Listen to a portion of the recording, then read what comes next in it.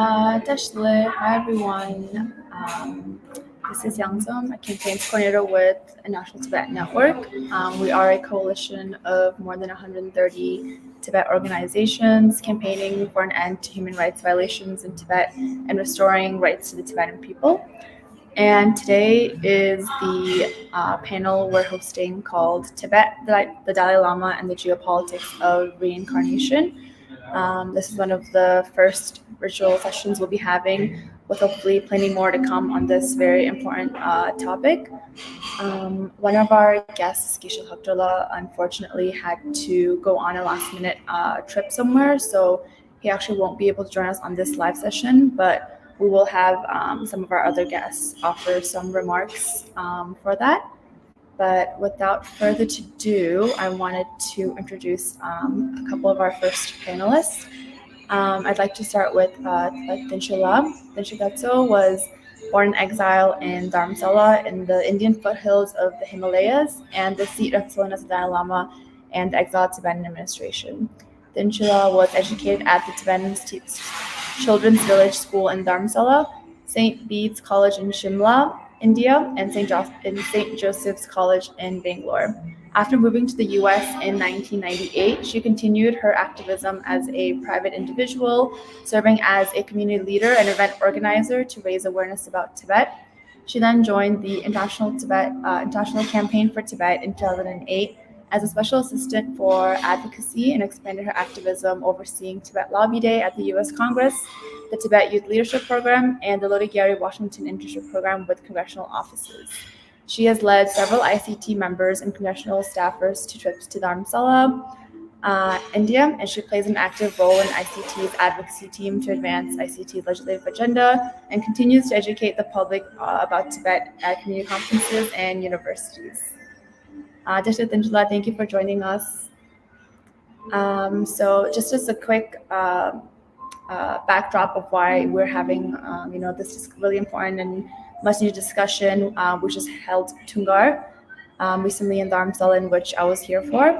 We also know that Gaurumche is currently in New York post knee surgery, and there are many Tibetans and Tibet well-wishers around the world who are praying for his swift recovery. I'd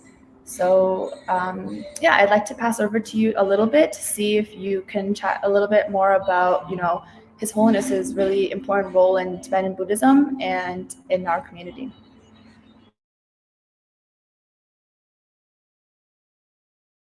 Oh, Dinshala, I think you might be muted.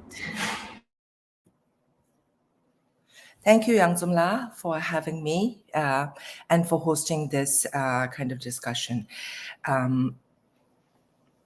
I think the role of His Holiness in Tibetan Buddhism, in particular for Tibetans, it's something very, very unique. The Dalai Lama institution was established in the 15th century.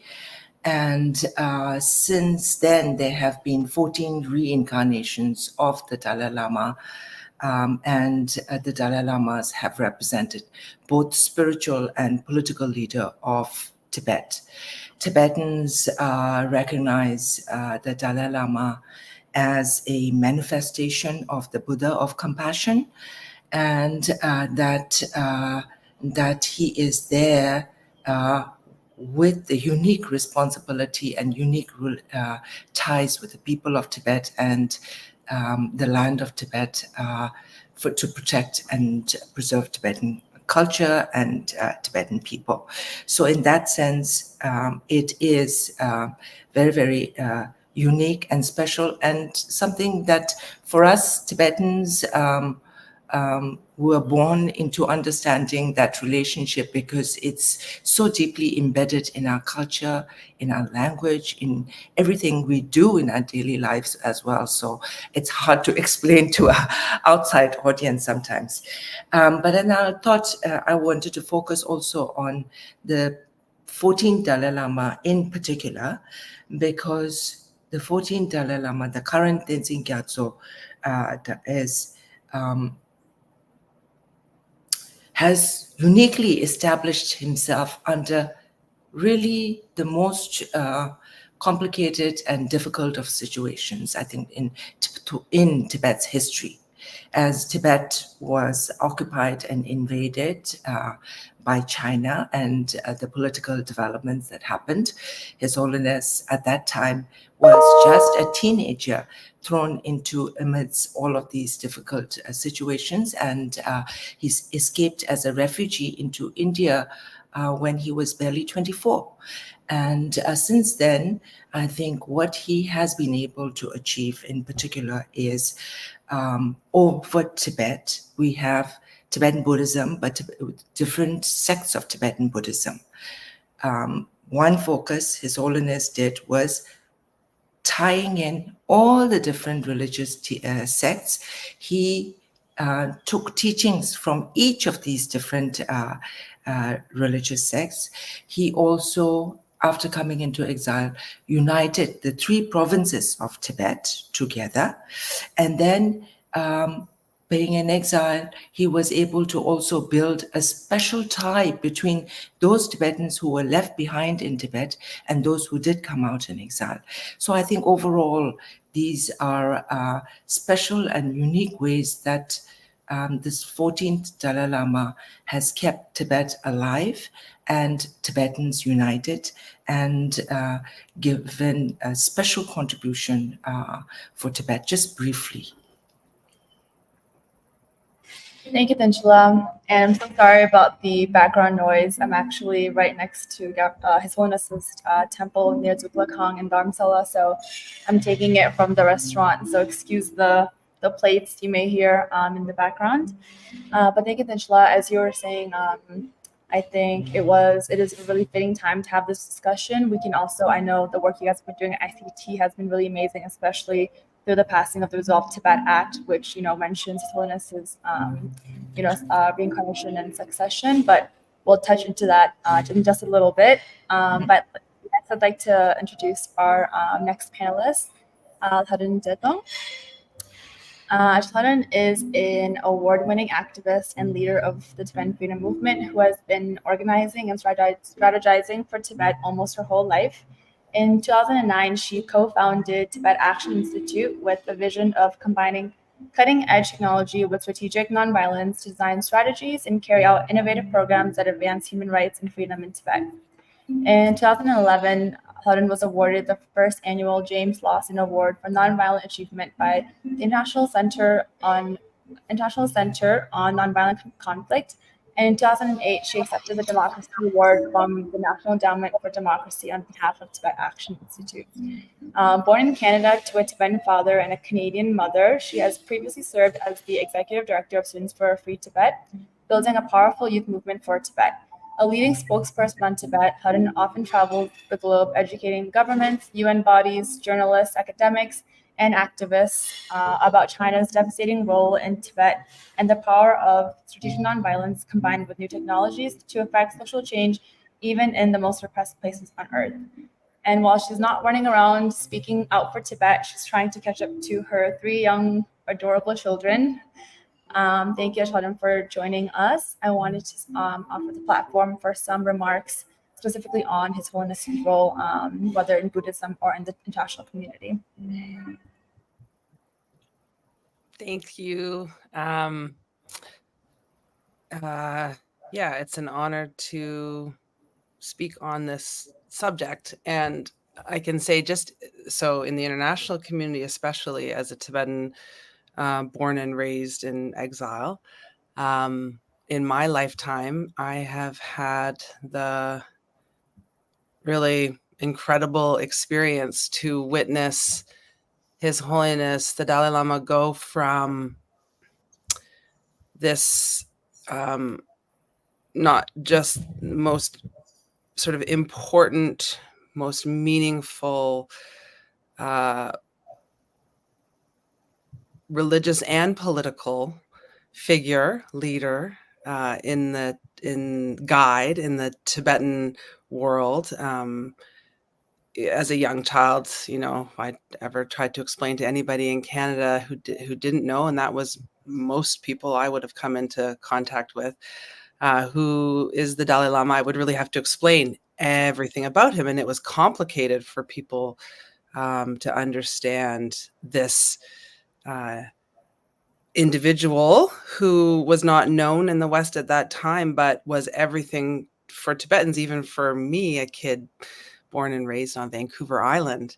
And it was what was remarkable was to watch as that need for explanation just diminished over time, because it felt like everybody around me, even the most random people, sort of grew to know who His Holiness the Dalai Lama, the 14th Dalai Lama of Tibet was, because they heard about him in the news, because he was headline news, because his work, so not just as the political and spiritual leader of the Tibetan people, but his work and service to the international community as sort of a messenger for peace and nonviolence, was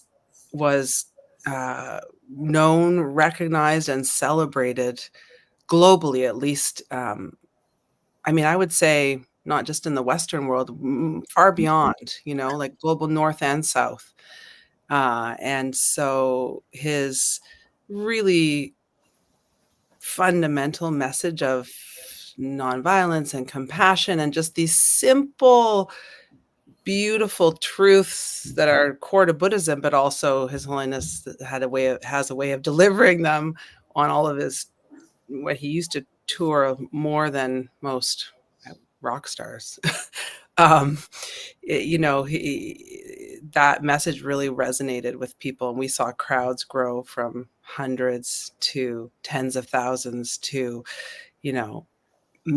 massive crowds anywhere he went, public talk or religious talk, not just spiritual seekers, but global leaders, political and corporate leaders, and, kind of the global elite seeking his company, and pop culture figures, and really, in a way, young people, old people, and people of all faiths have come to know and to respect and to love him. So as an international figure, I don't know if there's anyone like him,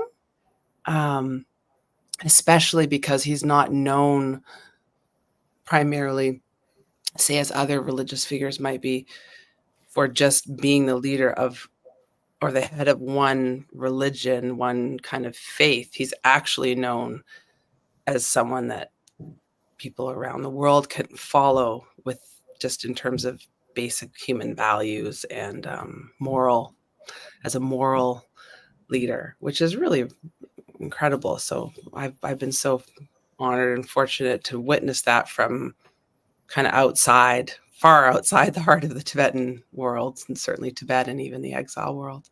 And then the only other thing I have to say, just to build on the picture that we've painted for someone who might not know him, and I think a lot of younger generations now don't know His Holiness as well, is that he's the beating heart still of the Tibetan people and nation, like politically, even though he devolved his political power and he said Tibetans need democracy and this is the democratic system we should have, even in exile. But Tibetans everywhere, the vast majority, I can say easily, still he represents everything, hope, and sort of a vision for a brighter future for people, for Tibetans who've lost, who've had our nation stolen from us, both inside and outside, people inside their freedom, and then for outside, Tenjula, our families, like our homeland. And so he is the person who represents the idea, I think, most completely Tibetan political, national identity and sort of wholeness. And because of that, he is everything still for Tibetans, even after 7 decades and even after everything that the Chinese government has tried to do to erase or to undermine his authority. or his legitimacy. Thank you, Hadullah. And as you mentioned, like this issue is of utmost importance to Tibetan people, Tibetan community, to Tibetan support groups, which is actually why we've been working on it. You know, it's not so that we understand China's strategy. We've seen it happen with His Holiness the Panchen Lama, who's the world's youngest political prisoner, abducted at age 6. They've appointed their own Panchen Lama, Gyaltsen Nobu, who, you know, they've given a lot of access to spaces for him to be recognized, but the Tibetan people inside Tibet and in exile do not recognize him. And so now we really need, in this time and age, for, you know, the international community to sort of wake up to what China has always been doing and what we know that they'll plan to do when the time comes as well. And so I think also to understand that and really unpack that, it's important for us to take a look at the history of the Dalai Lamas, the history of the Dalai Lamas and the Panchen Lamas recognizing each other, their institution, their relationship. And so to do that, we wanted to offer up, introduce our third guest speaker for this segment, Mr. Jignesh Lama, who is an assistant professor at the University of Calcutta in the Department of Political Science. He was born and brought up in Darjeeling in West Bengal, and he received his education from St. Joseph's in Darjeeling. Later, he moved to Delhi to pursue further studies, where he earned a bachelor's degree in history from St. Stephen College, Delhi University. And during his graduation, he was active in the Regional Tibetan Youth Congress and also aided in organizing a number of events related to Tibet at Delhi University. He has an MA in political science from the Center for Political Studies and a master's of philosophy from the Chinese division of the Center for Political Studies. And in 2017, he successfully defended and was awarded his PhD for the above-mentioned center at JNU. So Jingla, thank you for joining us today. I think it's really crucial for, you know, all facets of our community to be working on this really important topic, whether it be, you know, activists, researchers, academics. And so we're really glad to have you on. And now I think would love to pass over to you, and then we can chat a little bit more about China's strategy. And for folks who are dropping in now, we will be taking some questions if time permits. So you can drop them in the Facebook stream or on YouTube, wherever you're watching from, and we'll try to come around to it. Jignala. Thank you so much, Yang Somla. I hope I'm audible. Okay, thank you. Well, as I am a teacher, so I have prepared something, and I would like to present my paper kind of a thing. It's short, like it'll be only around like 7 minutes. So in my paper, I have elaborated on why the reincarnation issue is important, but also more important, how the Chinese, they have always tried to control this process of reincarnation. One of the first Tibetan tukus that the Chinese communists, they had interacted with was the Panchen Rinpoche. He was born in 1938 in Amdo, and his recognition was affirmed by the nationalist government then, and later on also by the communists. Now, what is interesting is that after the communist takeover of Tibet, the Chinese tried to use him as a rival to the Dalai Lama, a counterforce to Tibetan nationalism, and indeed as the Tibetan advocate for their policies. This strategy, as we all know, backfired. It failed, as the 10th Panchen Rinpoche emerged as a strong critique of Chinese communist policies inside Tibet, as is evident from the 70,000 character petition. The first official Chinese policy on the reincarnation of tukus or of the lamas inside Tibet is somewhat present in the 17-point agreement that was signed between the Tibetans and the Chinese in 1951. It has two clauses that cater to the power and functions of the Dalai Lama as well as the Panchen Lama. And also, during the signing of the 17-point agreement, the Chinese delegates had actually insisted to the Tibetan delegates that the Tibetan government accept and recognize the 10th Panchen Rinpoche as the true incarnation. So there was, in one sense, a kind of a deadlock with regard to that. Between 1951 and 1959, the Chinese adopted a gradualist policy towards the reincarnates. But however, it was not uniform. It differed from region to region. Under this, they tried to co-opt many of the Tibetan tukus and rinpoches, including His Holiness as well as the Penchen Rinpoche. They had even co-opted and groomed reincarnates such as the Phakpala Gelik Namgyal, who at the age of 10 was appointed vice chairman of the Chamdo Liberation Committee. Even the 16 Kamapa and Dunjun Rinpoche of the Nyingma school were courted by the communists for a certain period of time.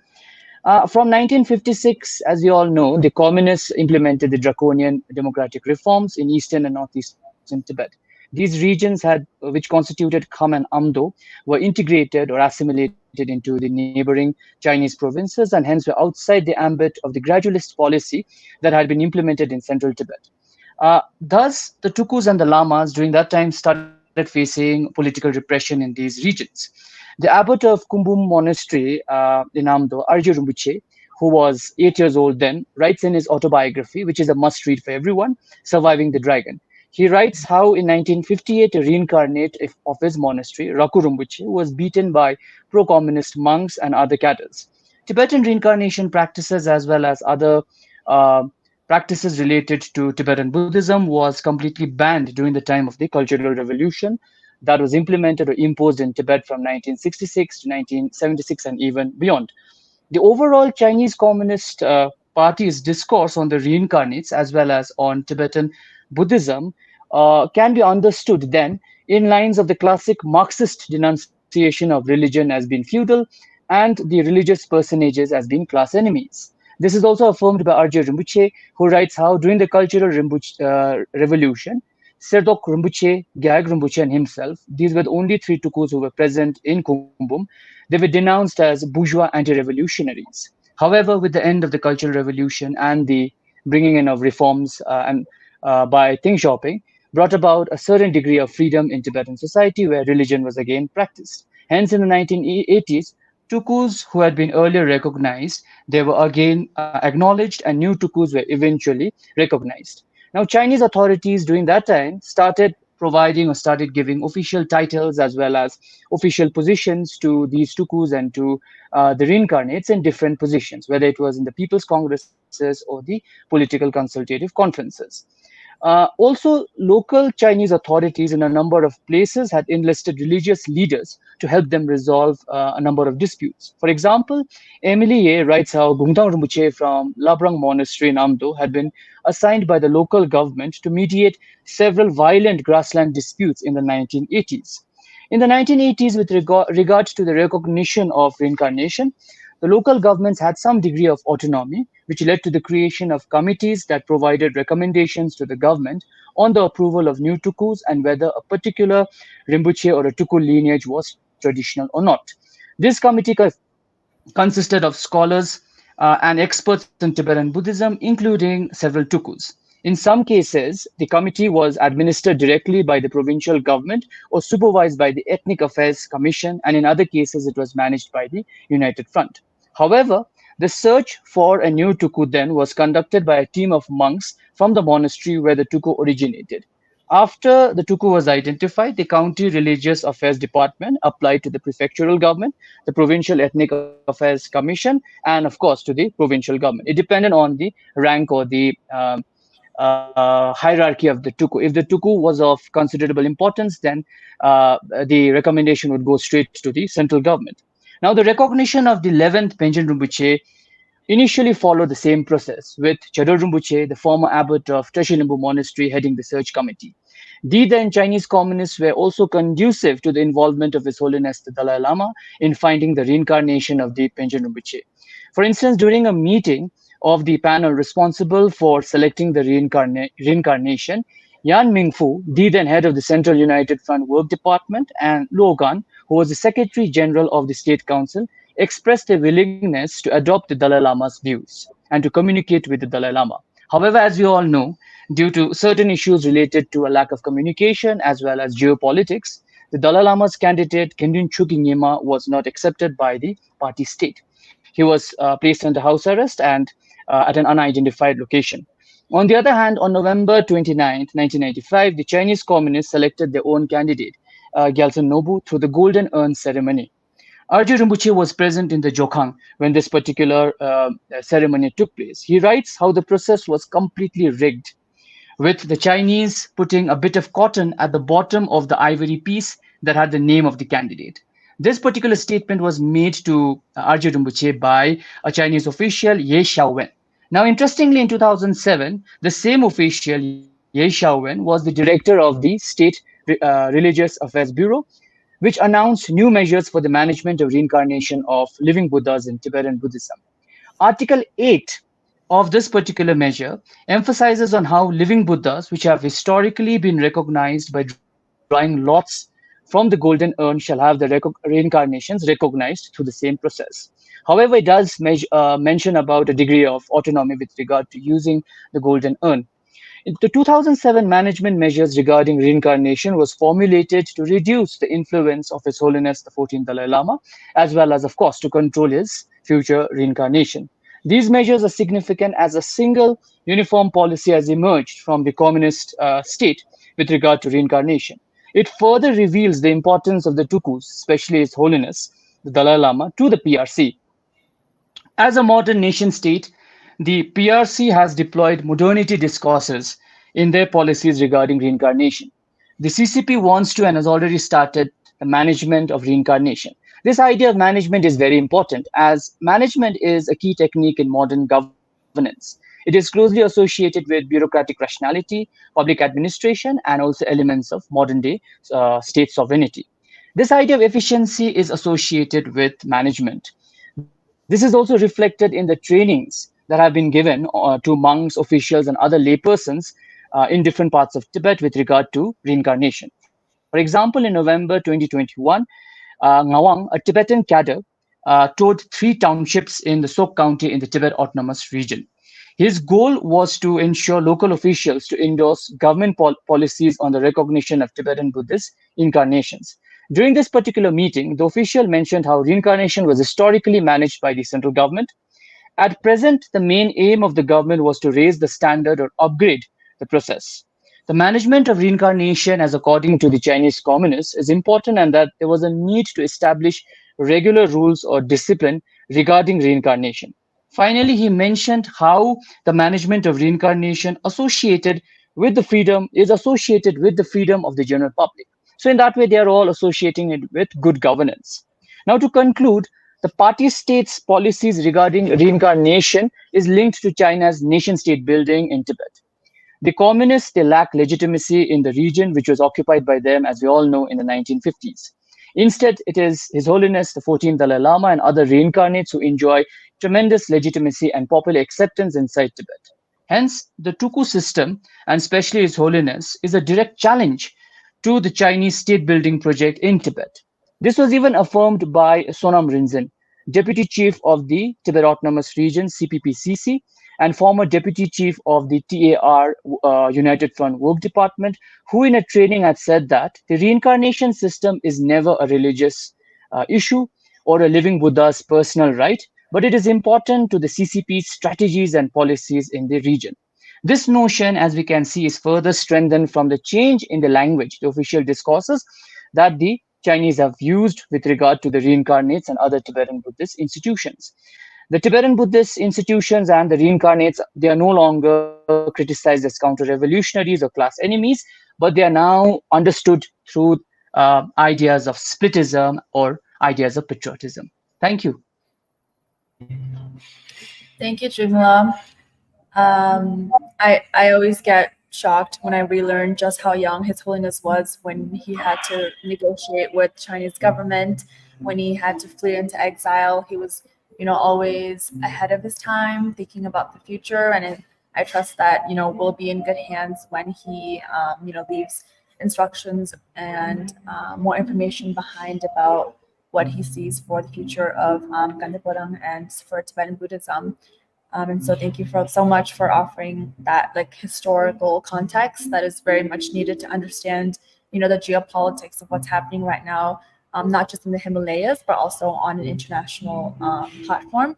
But I wanted to pass it back to Dinshala and then Achlanla just to get some quick remarks about, what really all of China's strategy looks like, and sort of how we can combat that. Angela? Thank you, Yansula.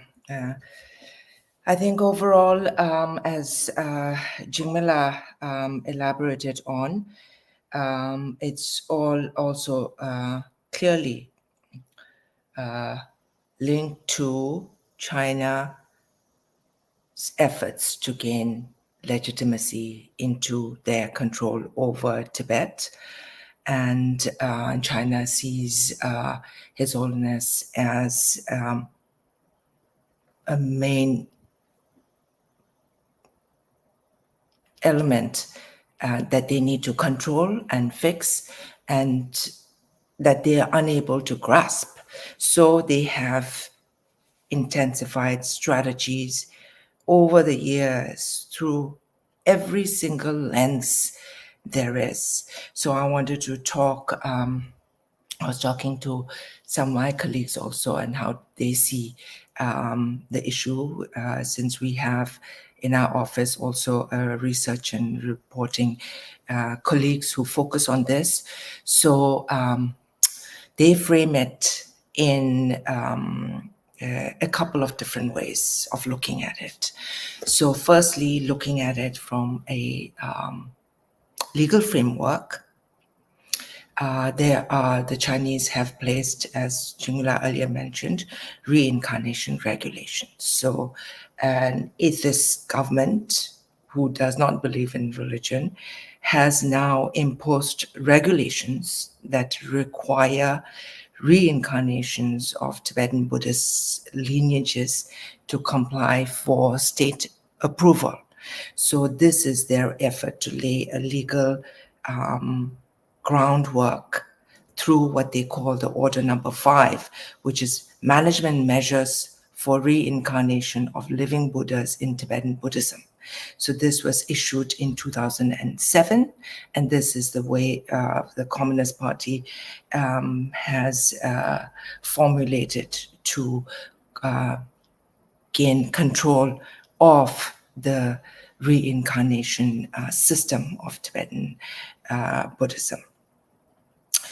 They also include political indoctrination campaigns in monasteries and within communities to enforce their control over this.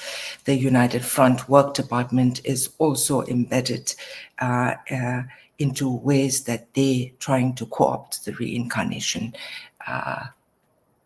processes and systems of Tibetan Buddhism. The other angle is political control. Right, the CCP has implemented an anti-Dalai Lama policy since occupation. So any practice of showing faith to the Dalai Lama, holding his photographs, spreading his teachings, all of these are seen as anti-state activities. So there is this process implemented. And as Jamila said, because it's connected to His Holiness, the reincarnation process is seen, they put it in a political framework and not as a religious process that it should be, and is actually that. They have also, for political control, they have established a reincarnation database of what the Chinese government says, a catalog of so-called reincarnations that have been approved through the state policy. And this database does not include the Dalai Lama. So the reincarnation database is supposedly meant to counter fraudulent claims of reincarnation, when actually they are the ones who are enforcing these fraudulent claims. And even in the communist government structure, employees applying for government jobs are required to make anti-Dalai Lama statements and accepts. We know even for those of us relatives who want to try and get travel to Tibet, others they make them sign different things. So inside Tibet, that's one of the things that is a policy that they're trying to do there. The third area is on propaganda and public relations. So the case of Genzen Nobu was mentioned already. There is a strategy focused on replacing the influence and of His Holiness the Dalai Lama as the religious figurehead, and to put Genzen Nobu, who has been whose appointment reincarnation was the real Genzen Nobu was kidnapped. The real reincarnation of the Penjen Rinpoche was kidnapped, and Genzen Nobu is the Chinese replacement of that, and they are trying to legitimize his access by having him spend time in Tibet, travel to Tibet, travel to areas outside Tibet, and elevate his status. The other area finally is training and indoctrination. So in terms of explaining the Chinese view of reincarnation and reframing it, the Chinese are conducting patriotic re-education campaigns. They are doing exhibitions on the Tibetan reincarnation system, traveling exhibitions on reincarnation, and so-called four standards campaign that requires monastic leadership to look at that and trying to shape how Tibetan monastic community is dealing with reincarnation. So they are working on these on a wide frame through each and every different level of policy, and there is almost like a deeply deeply thought out plan to try and erase the legitimacy of the Dalai Lama that's taking place inside Tibet. Now, from the outside, what can we do to strengthen our movement is working with governments and focusing on the process that it should be as the Tibetans and His Holiness look at it. I think for us, the direction has been clear from His Holiness in his 2011 statement that he has laid a clear path that the reincarnation process is a spiritual and religious one, that it should not be government interference in that in terms of the reincarnation, it is also a personal decision. And in terms of the succession issue of the Dalai Lama, it will be the Dalai Lama Tenzin Gyatso, the 14th Dalai Lama himself, who would make that decision on his reincarnation, because each reincarnation, the purpose is to fulfill the unfinished work of that individual. So in this case, he has laid clearly that to fulfill, if the reincarnation takes place, it will be to fulfill his unfinished work, and so it will take place in a place where there is freedom and ability to do that. And as an organization, International Campaign for Tibet is focused on building advocacy and helping shape, support governments shape policy on Tibet. And focus has been in the United States to build that into US policy, and that was included in the Tibet Policy Support Act of 2020, where it is now United States law and passed by Congress and signed by the president, where the United States stance is that in terms of succession of His Holiness the Dalai Lama, it should be His Holiness himself and the Tibetan Buddhists who should have the ability to make that decision freely without government interference. And if governments should interfere in this matter, then the United States would apply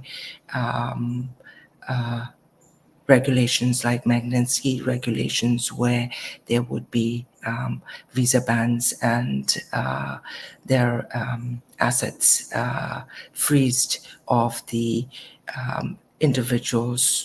government individuals responsible for these kind of interference.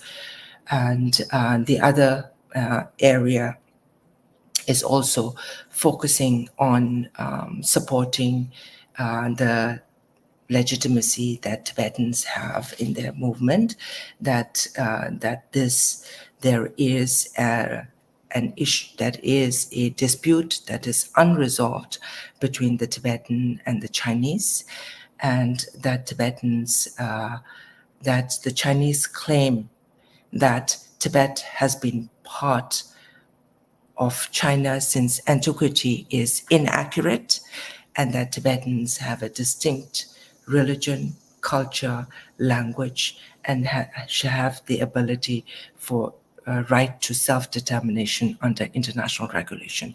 So these are areas that are United States policy through the Resolve Tibet Act and the Tibet Policy and Support Act. So these are areas that the movement can work on. Even in Canada, there was the resolution that the Canadian House Parliament passed, recognizing Tibetan right to self-determination under international law. So those are broadly some of the areas that I wanted to emphasize on. Thank you. Thank you, Tejla. Padma? Yeah, I'll just, for the sake of time, say a couple quick things, which is you can see through Jigmila's history and analysis that really the Chinese government has been looking for every possible way to either delegitimize, co-opt, control the Dalai Lama, Tibetan Buddhist figures, and the Tibetan Buddhism, because in a way it's been sort of at the core of the strength of the Tibetan people and Tibetan nation in resisting all this time. And even now, 7 decades later, they still have not succeeded. And so they're looking now to, by taking, the entire next generation, at least 80% of all Tibetan children, and putting them in state-run genocidal residential boarding schools. They are trying to sort of appearance of legitimacy and of management and controlling the process of the reincarnation, ultimately to eliminate Buddhist leadership, and eventually they're controlling access to the monasteries, the practice of Buddhism itself by what should be the great masters and religious Buddhist teachers in Tibet, so that they can sort of end the religion, the spiritual practice that way, and then they can be sure that we will not be a nation and a people with any kind of strength of this strong Buddhist and Tibetan identity and national identity by ensuring our entire future generation doesn't practice Buddhism, doesn't know about Buddhism, is not connected to the land in any traditional way, and doesn't speak Tibetan language, and thinks first and foremost, with this in hyper-nationalist education they're getting right now, thinks first and foremost of the Chinese nation and not of the Tibetan nation, or not of Tibetan Buddhism, or not of the Dalai Lama or other Tibetan Buddhist teachers. So they're trying to cover all their bases. And I think for us, the key is to cover ours and to do what we've been doing in a way. So I think of it as, for the Tibetan exile population, it's to be clear and have the international community be clear that Tibetans decide our future, and that everything that the Chinese government is doing or imposing is fake. So fake pension lama, fake, process, a fake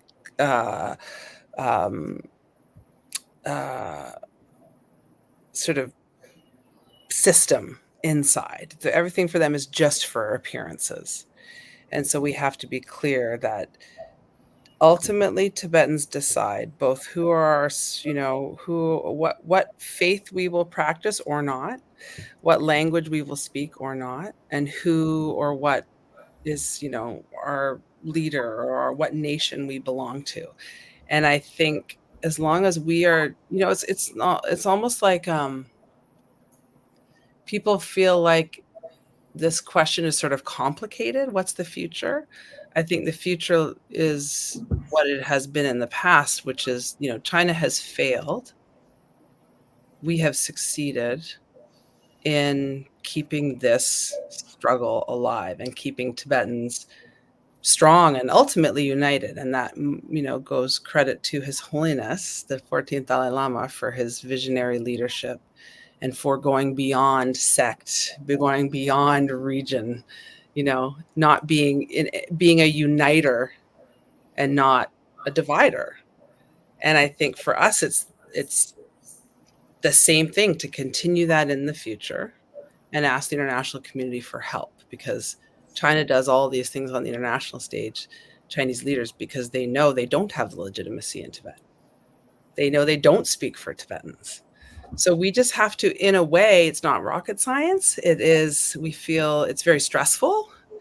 It's been uncertain and emotionally loaded and painful time for us to see His Holiness aging and our entire elder generation, in a way, leaving us before the political issue is resolved, before we have a free Tibet. But actually, I think the path forward is the path from which we've come, which is, unity, strength, one people, to emphasize Tibet and the nation and the Tibetan people, and not devolve into regionalism, sectarianism. Every Tibetan should ask themselves before they do anything, is this for the betterment of all our Tibetan people, or am I just thinking about myself, my group, and and is this going to cause real conflict, what I am engaging in? Because I think ultimately, we know the way forward, which is this sort of continue to send the message: Tibet is not free. Tibetans have a right to be free, to decide their own future. Tibet was an independent nation. And ultimately, in this case of His Holiness Dalai Lama, whatever they do will be false, fake, untrue, just like the fake pension lama today in Tibet. The fake pension lama does not have legitimacy. Tibetans won't go to see him. or if they have to go to see him. Recently, they slow walked. So they had no choice but to go to see him. The Chinese government was trying to make them go pay allegiance to the fake Panchen Lama, and they slow walked many people. So they didn't get there. They didn't take cars. They didn't do anything. They obeyed the government, they obeyed the requirement to go and see him, but they just took so long getting there.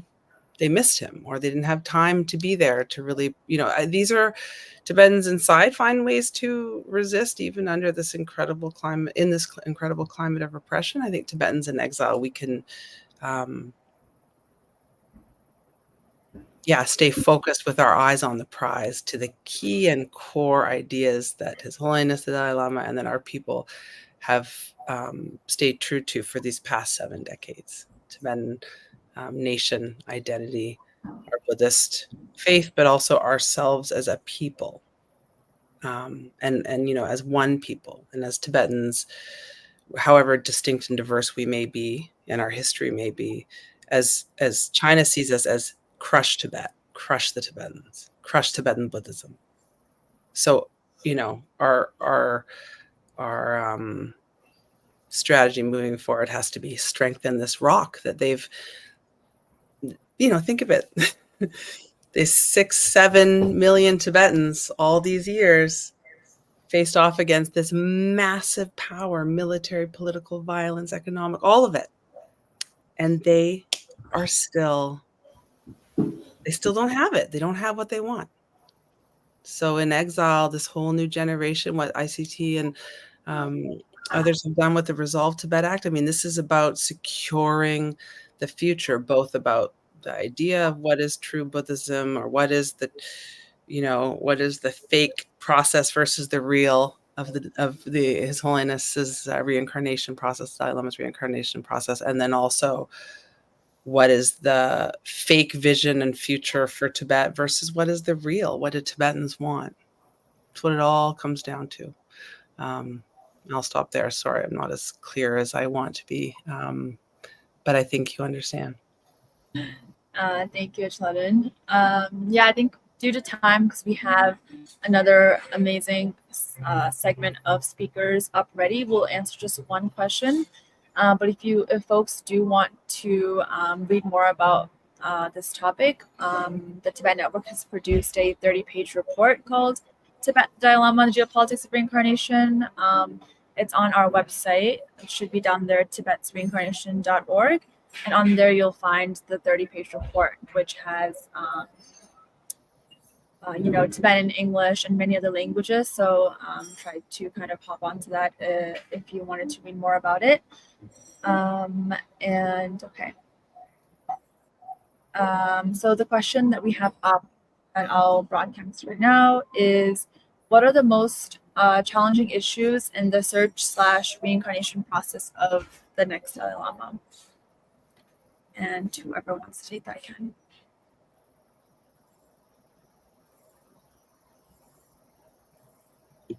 Jigmila, I think it'd be great to hear from you. Okay. It's a very difficult question, I guess, like with regard to the issue, the future regarding the reincarnation process of the next Dalai Lama.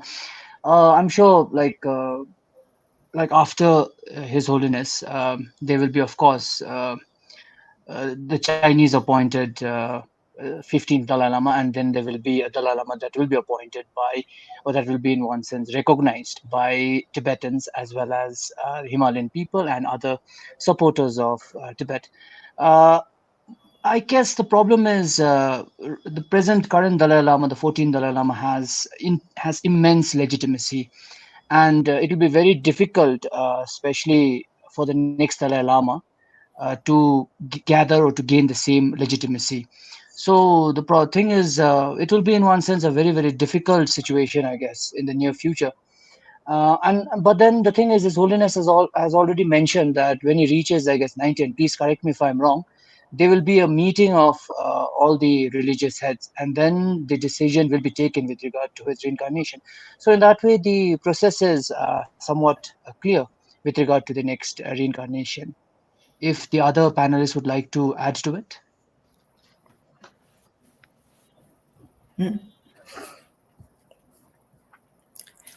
I just wanted to, I could just do a small quote. I was just thinking of, I was in Dharamsala recently as a high-level congressional delegation was there, led by House Foreign Affairs Committee Chairman, Chairman McCall, and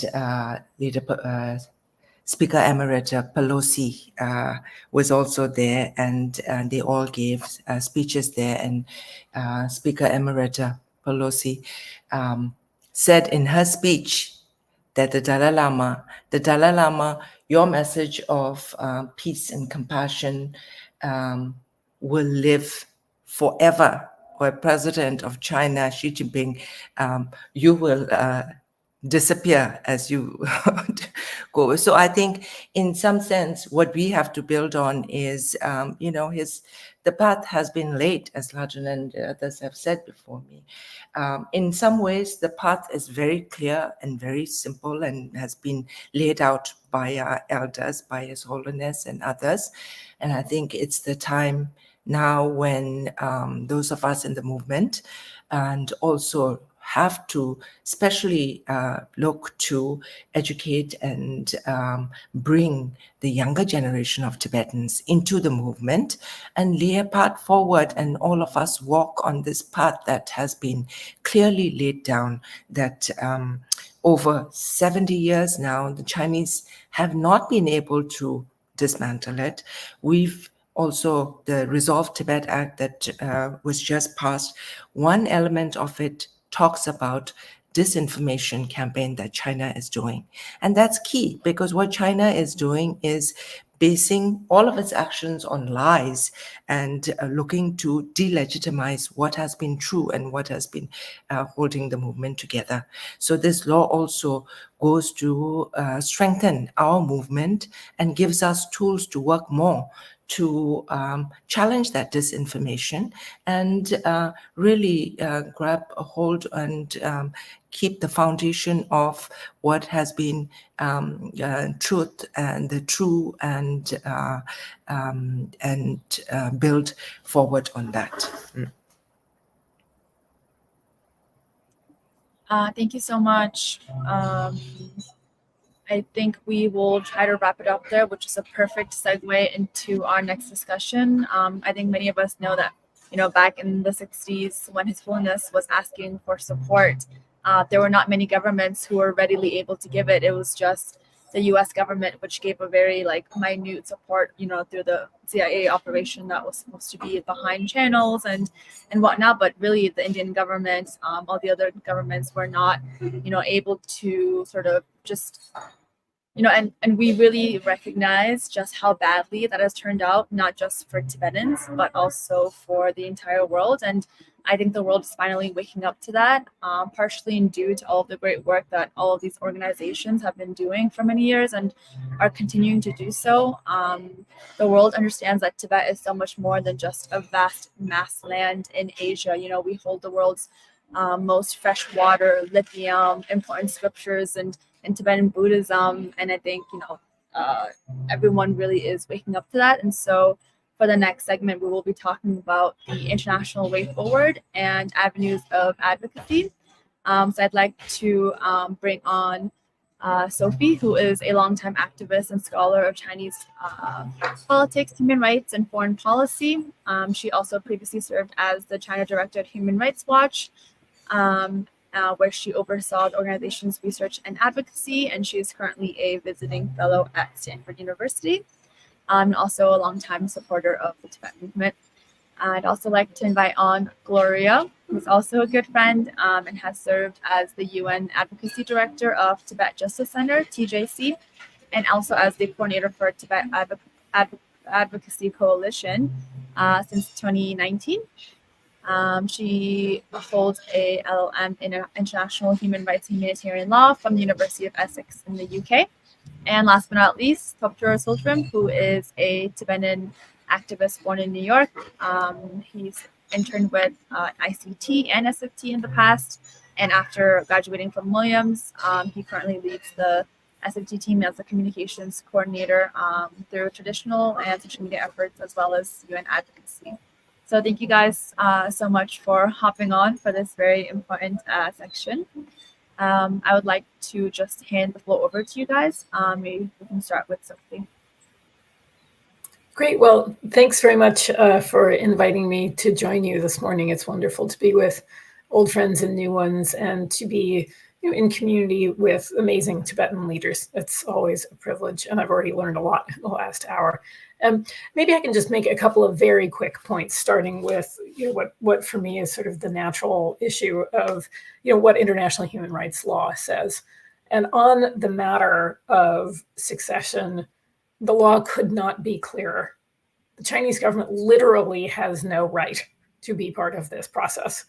The International Covenant on Civil and Political Rights gives the freedom of religious belief to individuals, not to states to give or take away.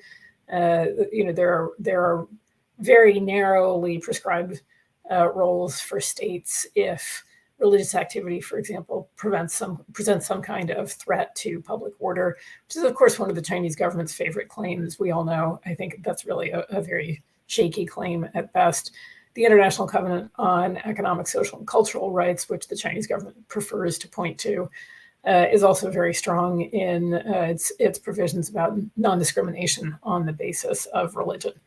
So I think it's important just to remind people that whatever the Chinese government offers up as justifications for inserting itself into this process, that those are very, very weak claims. And, I think we all reflect on the history of, for example, the Panchen Lama as now being one of modern history's longest running enforced disappearances. So I think it's clear that the way the state intrudes into this process is deeply harmful to human rights. I think it's also important to remember that as we're transitioning to talking about international advocacy, that the Chinese government's efforts to control the succession process obviously have profound implications for Tibetans inside China. And we want governments to care about and do their best to advocate on behalf of those people's rights. But the efforts to control the succession process affect people of this faith all over the world. And in that sense, governments also must respond to their own constituents who are affected by the Chinese government's efforts to limit individuals' practice of their own religious freedom in other countries. That I find is often an argument that motivates governments and diplomats. It's one thing to be sort of asking them to act on behalf of people elsewhere, but when it's people who can vote for them, among other things, it's a little bit of a different kind of conversation in leveraging those rights for people living under repressive regimes. And there's a long list of things I think we could talk about that states can and should do. I'm very interested to know what Gloria and Toptor are thinking at the moment. Right away, I think one of the most obvious things to do, especially as newly elected leaders and leaders who've been heading democracies for some time, gather just a few hours away from where His Holiness is now. I think it is imperative that they seize the opportunity, assuming that's desirable to the community, to go and pay their respects. I think it's a moment that won't come again anytime soon, but people like the relatively recently elected Prime Minister of New Zealand, Chris Luxon, Keir Starmer from the UK, it's an excellent moment, I think, for them to demonstrate their support for His Holiness. It's time for governments to really be speaking with one voice in support of Tibetans' control of the process. Lad and I quite like the formulation, Tibetans decide. It's up to Tibetans. But also to think about some of the other aspects related to the succession process, which may require democratic governments providing enhanced security for some parts of the community as the process gets rolling. I think we have to think in that direction too. And this shouldn't just be sort of the usual suspect governments in across Europe or the US and Canada, but other governments that have large Buddhist communities, Japan, South Korea, Thailand, should also, I think, be mobilized. And then last but not least, and Gloria will certainly know more about this than I do, I think there's a lot of room within UN human rights mechanisms, both at the Human Rights Council in September, at the General Assembly in the Third Committee, to push for not just support for the Special Rapporteur on religious freedom, but to continue pushing the discussion, I think, about the need for a standing mandate at the Human Rights Council to monitor and report on Chinese government violations up to and including efforts to manipulate the succession process. Anyway, I'm going to stop there, and really looking forward to learning from Gloria and Tapjor. Thanks. Thank you, Sophie. Yeah, I'm going to pass it over to Gloria to chat more about UN pathways. Hi, Yangzum. Hi, everyone. Good afternoon or good morning and good evening, wherever you are. Thank you, Sophie, for the kind words. So yeah, I just want to speak today actually a little bit about what we're seeing at the UN in relation to broader freedom of religion concerns in Tibet. So I think it's really useful to look at the recent Universal Periodic Review of China, which took place in January this year. So this is a UN review to which all member states are subject, and it takes place on average every five to 6 years. And so January was an opportunity for states to make recommendations to China on how to improve its human rights record. And what we witnessed in January was a really important moment for Tibet at the UN, in the sense that it showcased both greater concerns by the international community on Tibet, but also the strength and diversity of the recommendations that were being made. So what we saw was a doubling of the number of states who made recommendations to China specifically on Tibet. That's a doubling from the previous review, which took place in 2018. And what's interesting is that over half of all states who raised Tibet, so over 60%, actually raised recommendations relating to freedom of religion specifically. So this is also over double the number of states who made freedom of religion recommendations on Tibet compared to 2018. So, and in addition to this, of course, there were other states who raised freedom of religion concerns in relation to, say, religious and ethnic minorities that are in addition to the numbers above. But what this shows us is that this is a key concern and priority for the international community when it comes to Tibet. And it's more of a concern in the context of the UPR than it has been ever. So another issue worth mentioning in relation to the UPR, which is linked to freedom of religion concerns, is actually the issue of access. So many states urge China to permit access to human rights monitors, and 20% of the states who raised Tibet called on China to also allow human rights access, human rights monitors access to Tibet. This is a huge area of concern at the UN, because China has obligations to cooperate with the UN and its mechanisms, including by permitting access. But it's something that China has consistently, time and time again, failed to do. So since 1997, we've seen that 33 requests have been sent for access to China, 70 of which have remained outstanding. It's not a small number. And calls for access directly relate to freedom of religion concerns. Why? Because one of the UN, the main UN experts is the UN expert, Special Rapporteur on Freedom of Religion. And this Special Rapporteur has been requesting access to China for over 20 years. So even at the UPR, we saw that some countries, such as Finland, for example, called specifically for access for this Special Rapporteur to the country. So yeah, the UPR very much highlights this willingness for states to raise the issue. And it also gives all of us who are doing advocacy, both in Geneva at the UN, but also in capitals, a lot of hope. It tells us that the time is increasingly ripe to be bringing these issues to governments, to be pushing governments to make public statement and taking public positions on recognizing the rights of the Tibetan people and the Dalai Lama over the reincarnation process. And it's especially true for the states that raised concerns over freedom of religion at China's recent UPR. It's crucial that states understand that a lack of action by their government on this issue is only emboldening China. It's enhancing its current strategy, something that we've just discussed there.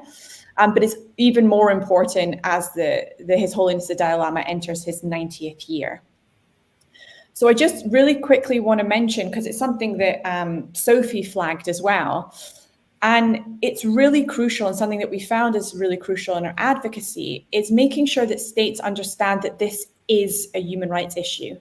It's about promoting and protecting religious and cultural rights of the Tibetan people.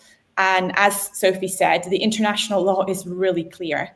And it's about ensuring that China is held accountable for its breaches of international law in relation to these freedom of religion concerns.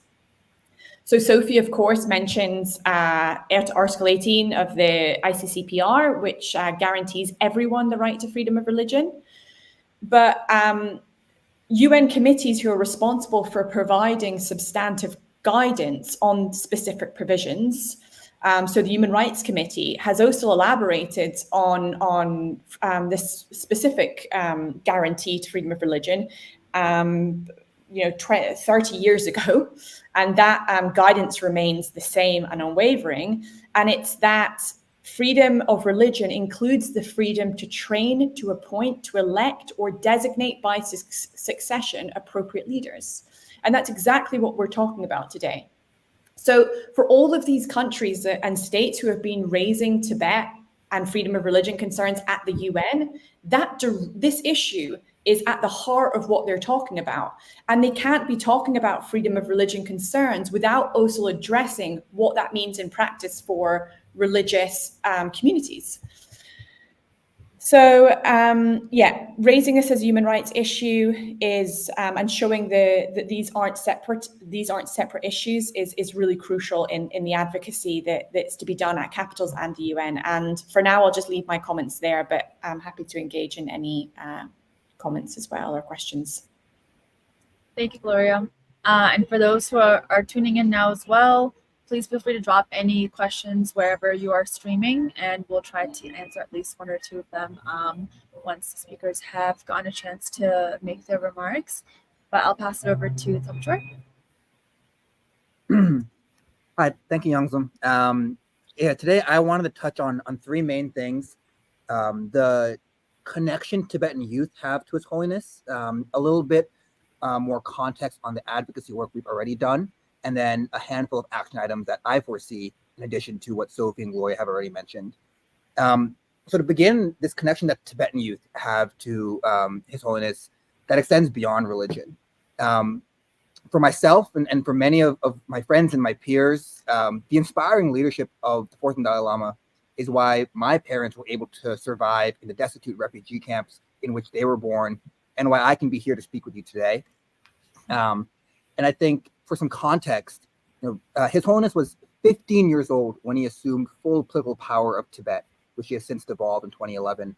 He was 19 years old when he met Mao Zedong, and he was 24, at the same age I am right now, when he set up the exile government in India and established the Tibetan Children's Village schools, which my parents both attended. And I think it's this visionary leadership that sometimes does not get effectively captured when we speak about His Holiness as this religious figure or religious leader.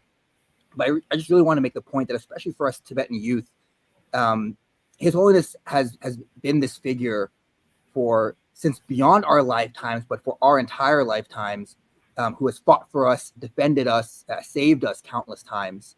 And now I truly believe that it's our time to do the same, to do what we can for His Holiness. To speak about the advocacy work that we've already done, we've conducted briefings with governments around the world about this topic of freedom of religion, primarily because China's intentions on this issue, on the issue of succession of reincarnation, are nakedly, starkly clear. Recent high-level leaked documents from the Chinese government revealed that they are making plans for what they call the post-Dalai era, and they frame this as a, quote, strategic and historic, end quote, opportunity for Beijing to reset Tibet policy and end international support for Tibet.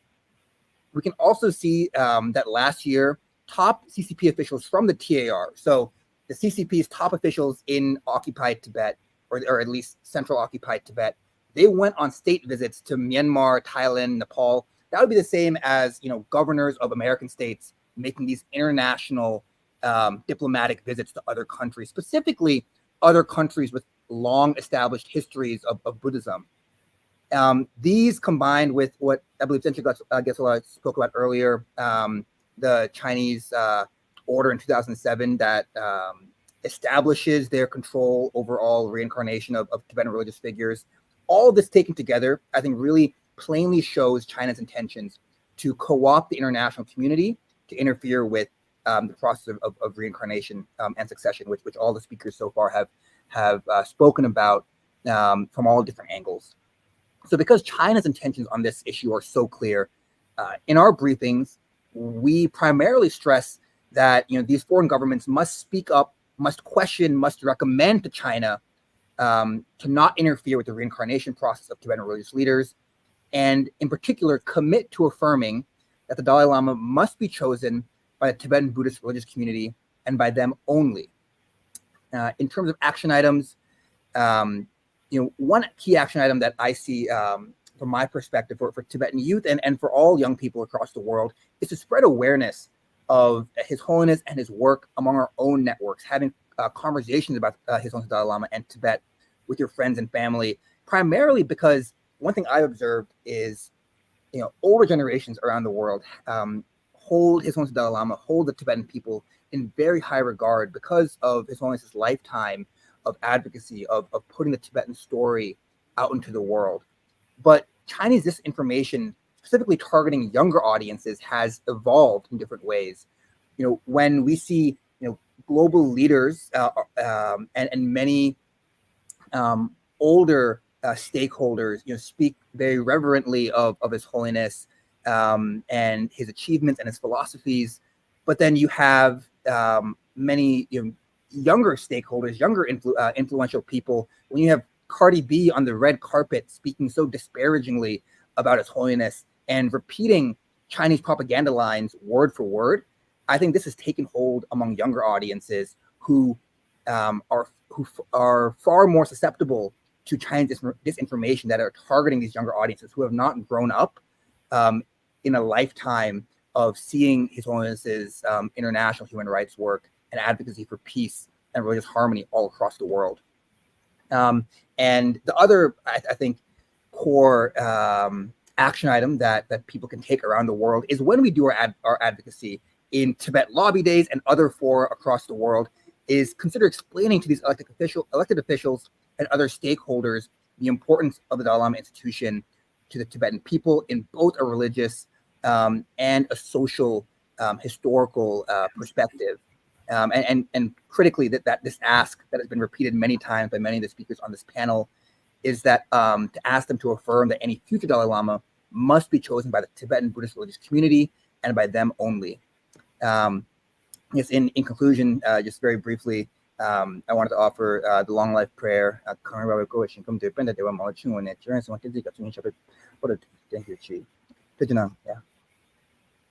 Thank you, Topjor. Yeah, I mean, for those who don't know, me and Topjor just spent all of last week in Dharamsala together. We went to His Holiness's birthday celebrations at Zuklakang at his temple, and I definitely reiterate and the feelings that I think sometimes people assume that the Tibetan youth are kind of out of touch with our Buddhist religion or even His Holiness's teachings, but I mean, our ties to him are just as strong, I believe, as our parents and our grandparents. And I think we can recognize how important it is to use, this opportunity that China sees as an opportunity to co-opt exactly everything that we stand for, instead as a vehicle to move forward and to push to push the Tibet issue really on the global stage, to make it the main agenda, right?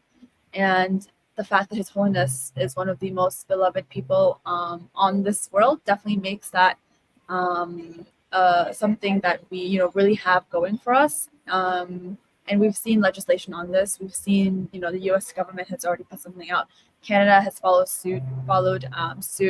The Indian government is even really thinking about what their stance is, what their policy is, right, between India and Tibet and then and China. And now we look towards the EU, we look towards other governments, we look towards the UN mechanisms to see, what are similar resolutions or what what can we do to make sure that this sacred process stays exactly the way it was always intended to be. And so I believe, are there any questions? You can drop them in the comments, but I wanted to offer, Sophie, I know you had very short comments. Please feel free to, if you wanted to say a couple more things as well. No, I'll just, maybe I can just add, I think Toptor makes some really important points about His Holiness's life, and the idea of establishing an exile government at the age of 24. I think some leaders and parliamentarians, foreign ministry people in democracies tend to look at His Holiness as a religious figure. But I think in world historical and political terms too, people would be wise to remember that this is a community and under his leadership that deliberately chose democratic rule. This is extremely unusual in modern history for an exile movement, not only to pursue that, but to succeed. And I think many people, at least in my world, have been thinking a lot these days about when and how democratically elected leaders should hand off power and place it in institutions. And I think that's another extraordinary statement about him and his leadership in particular. I've sometimes tried to make the point that not only did he encourage and vest power in a set of institutions, but that those institutions continue to practice the habits of democracy. And that even though, I forget how many votes it is that are typically cast in elections for Xinjiang, roughly 60 or 70,000, that's 60 or 70,000 more freely cast votes than Xi Jinping's got the guts to stand for. And that I think is an incredible hallmark of this community, and really a remarkable part of his legacy in particular, meaning His Holiness's. Thank you, Sophie. I just have a follow-up question for Gloria. I know you mentioned that more states at the UN have been raising freedom of religion concerns. Is this an issue that we're also seeing being raised by UN experts as well? Thanks for the question. Yes, so the UPR is just one of the ways in which these rights have been raised. There were actually two major UN treaty body reviews which took place last year. So one on economic, social, and cultural rights, and the other on women's rights. And both of these reviews raised concerns over freedom of religion in Tibet.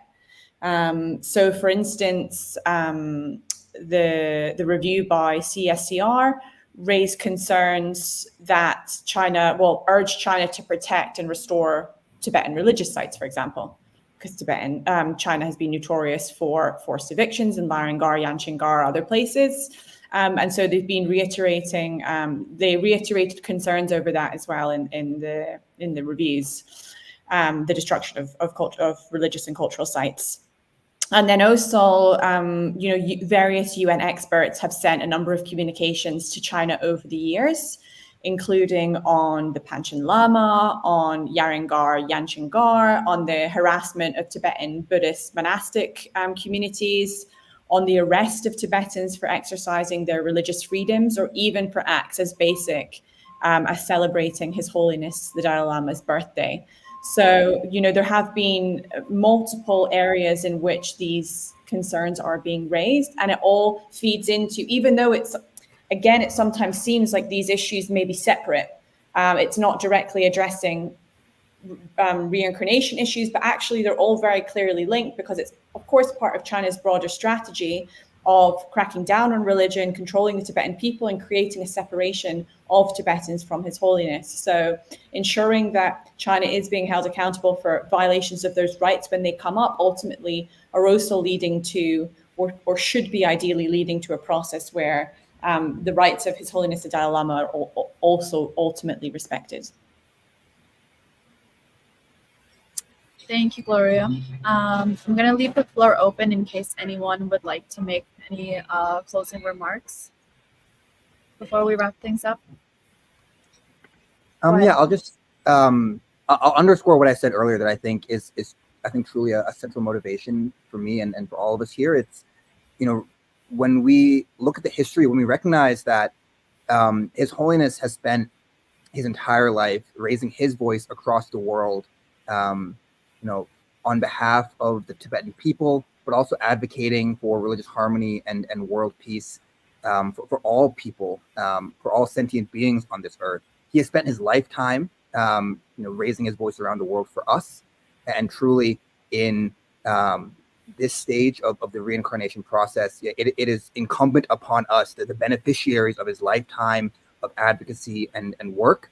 It's incumbent upon us to now rise up and raise our voices across the world, to share this history and to advocate strongly for the free and independent execution of the reincarnation process, and to ensure that this reincarnation process falls solely in the hands of the Tibetan Buddhist religious community.